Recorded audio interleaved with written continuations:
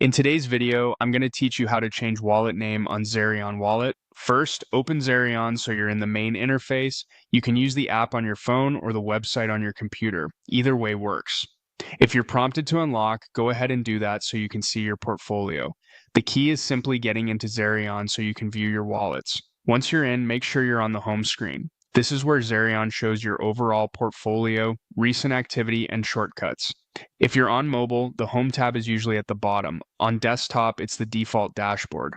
Being on Home makes it easy to find the wallet controls you need. Next, look for the section labeled My Wallets. This area lists all the wallets you've connected or created in Zerion. Click into My Wallets to open the list. If you manage multiple wallets, you'll see each one here. If you only use one, you'll still see its current label. This is helpful because renaming works per wallet, and you can quickly confirm which one you're about to update.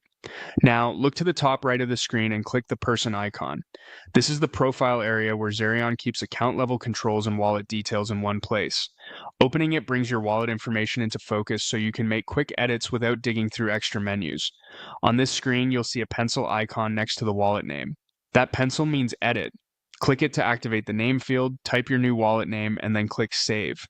Keep the name clear and descriptive, something like Main Portfolio, Trading, or Long Term, so you can recognize it at a glance.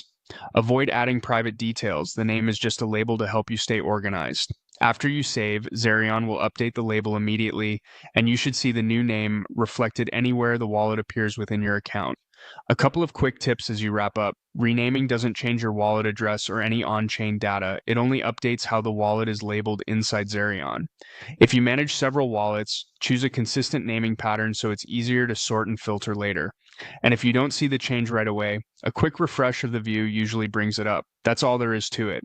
You opened Zerion, confirmed you were on home, found My Wallets, used the person icon to access your details, and clicked the pencil to rename and save. Simple, fast, and a lot cleaner to manage going forward.